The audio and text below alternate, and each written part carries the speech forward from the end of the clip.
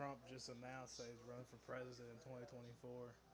It's a job for every aspiring young person, every hard-working vet, for every entrepreneur and underappreciated police officer who is ready to shout for safety in America. The police It's are official. manly. These are great people that can straighten out the crime. Whether you like it or not, We have to give them back their respect and their Trump is dignity. going to be your 2024 candidate. I mean, nominee. This will not be my campaign. This will be our campaign. All together. It's happening as we speak. And honestly, I think he's probably the best. Outside of the election fraud stuff, but you know how I feel about that. I think he's the best candidate. The American people. It's true. With Ron DeSantis as vice president, that's what I want. We love them all. And we love both sides. We're going to bring people together. We're going to unify people. And it was happening in the previous administration, previous to the previous. And Trying to find the video. was success. Prior to COVID coming in, the people were calling me, that were calling me. You wouldn't believe it. People that were so far left, I figured they'd never speak to me, and I would never speak to them. But our success was so incredible, like never before. And then COVID started coming in.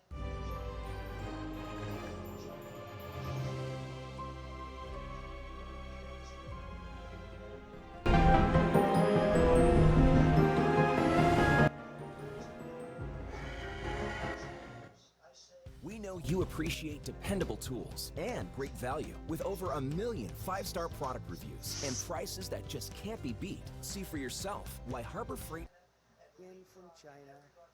We call it the China virus. Some people call it other things, but it was devastating and we built it back and did an incredible job. But when people say Republicans or Democrats or liberals or conservatives, I say we can all get together. And we were doing that. That was happening just prior because the success was greater than this country has ever had. We were leapfrogging China and leapfrogging everybody else, and everybody wanted a piece of it.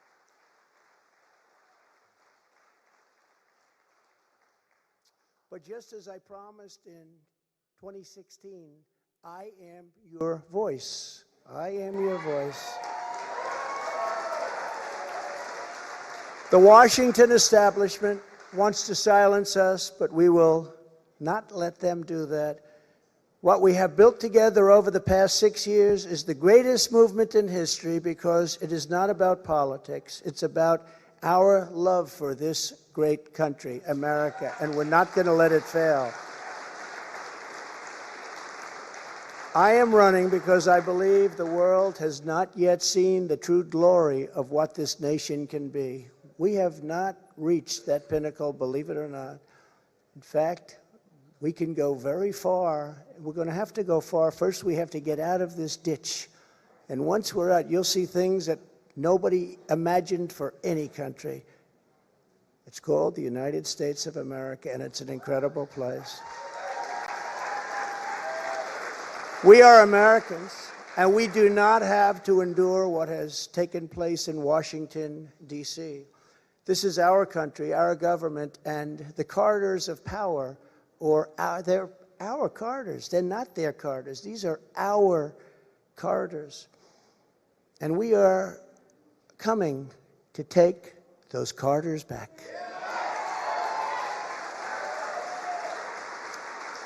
So from now until Election Day in 2024, which will come very quickly, we'll go, look at how time flies. Look how fast it's all going. I will fight like no one has ever fought before.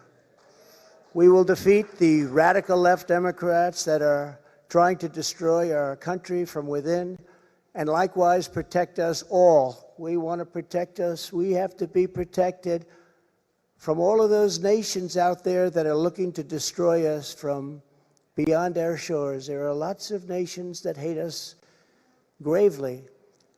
And that's the problem. When they look at us in disarray like we are right now, when we go to them begging for oil and we have more liquid gold under our feet than they have or any other nation has, and we don't use it because we're going to them, it's crazy what's happening.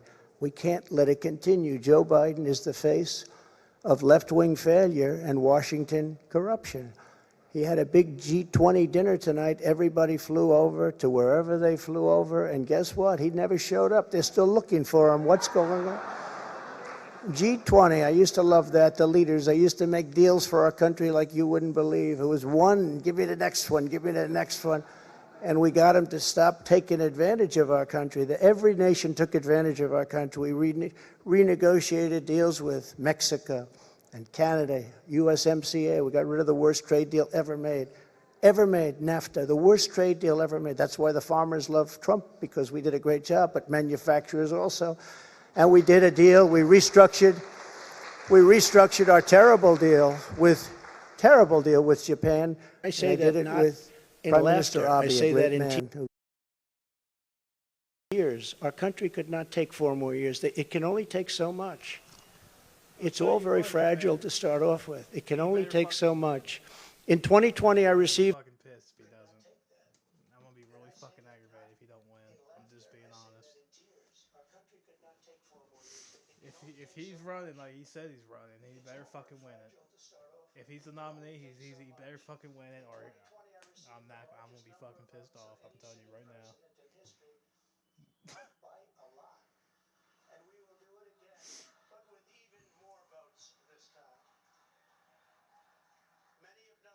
You better fucking win it.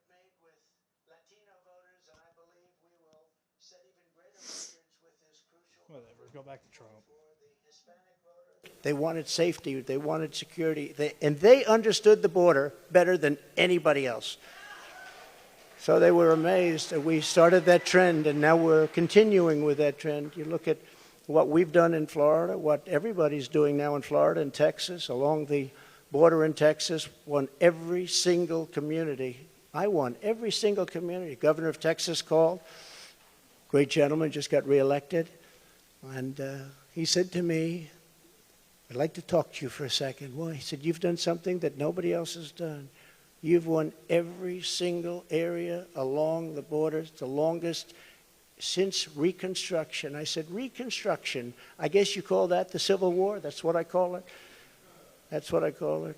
Governor Abbott, very good man, and he's working hard, but it's horrible because what's happening is they're just sending hundreds of thousands of people right through his state, right through Arizona, right through all of the states. What's happening is they're coming up all of the states. And we can't have it anymore. This campaign will be about issues, vision, and success, and we will not stop, we will not quit until we've achieved the highest goals and made our country greater than it has ever been before, and we can do that. We can do it.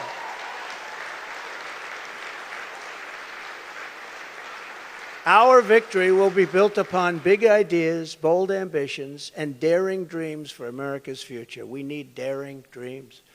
It is not enough merely to complain or oppose. We don't want to be critics. We don't want to be complainers. I never wanted to be a critic. I never respected critics. They tell people what's wrong, but they can't do it themselves.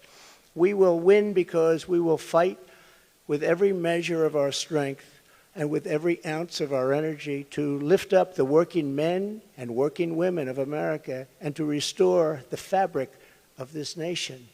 The radical left Democrats have embraced an extreme ideology of government domination and control. Our approach is the opposite, one based on freedom, values, individual responsibility, and just plain common sense. It's common sense.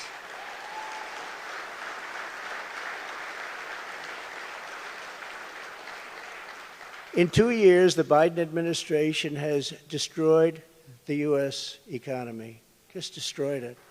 With victory, we will again build the greatest economy ever. It will take place quickly. We will build the greatest economy ever. And if you remember, I did it twice. I did it before COVID and then handed off something where the stock market was higher than just prior to COVID coming in. And we did it twice, and we will do it again, but this time we'll do it bigger, stronger, better than anybody can even imagine.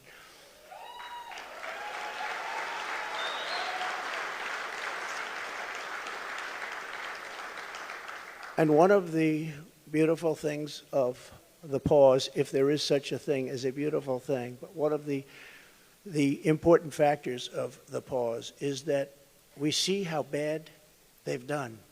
So we will be able to do it properly, and it will be much easier. Everybody will agree with us because everybody sees what a bad job has been done during this 2-year period, and it will be a 4-year period.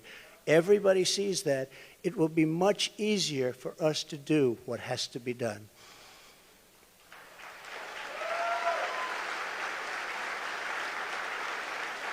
We will immediately tackle inflation and bring down to a level that it was. You know, we were at 0, but actually the best number is 1%. Do you know that? You don't want it really 0. But we were at 0. We actually got it to exactly 1%, the perfect number. One thing every economist agrees, don't have it 0, have it like at 1%. They even say 1 to 2, but I said let's do 1. And we had it at 1%, and we had it there for a long period of time, and we had the value of the dollar. We had it so that this country could make a lot of money, and I fought other countries where they devalued their dollar or they devalued their currency, whether it was the pound or whether it was the yuan or the yen. And I used to fight like cats and dogs with the leaders of other countries because they were stealing from us. When they did that, they had artificial devaluations of their currency. It's a very important thing. I haven't even heard it mentioned in 2 years. That's a very important thing. It's very hard for us to compete when they do that artificially. And they had to pay a big price when they did it. And they never really did it for very long. I said, we're not going to do business with you anymore as a country. And they believe. Kind of on topic, but that shit with NATO that happened today, that right there made me just realize that I feel like Trump's probably needs to be the guy because Trump had the best foreign policy I've seen in my lifetime, at least. When fucking Trump was president, none of that fucking shit was happening. None of it. Turn this fan off. None of that shit was fucking happening when he was president. None of it. Nobody was talking about World War fucking III when Trump was fucking president. They were talking about stupid shit like fucking disinfectant and fucking scoops of ice cream and dumb shit.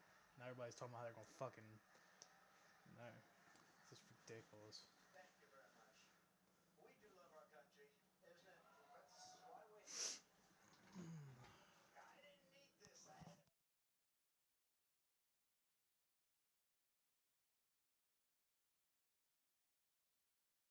And allows our country to compete with other nations on a very level playing field, which we never had until I came along and the Trump administration came along. And now we're losing it. They're moving back into China. They're moving back into these other countries. It's horrible. That means low taxes, low regulations, and fair trade, much of which I've already completed, but now will even greatly enhance. Other countries should pay for the privilege of coming into the American marketplace. They have to pay to come into our country and make all of that money, take it away from us. And thanks to the Trump administration, still the best and the biggest country in the world is what we have. We have the best and the biggest. If you remember, for many years, you can look in your projection books, China was going to take over from us as the largest economy in the world in 2018 or 2019. I said, I don't like that timing. And I was with President Xi, who's now president for life. I call him king. He said, no, I'm not the king. I said, yes, you are the king. You're president for life. It's the same thing.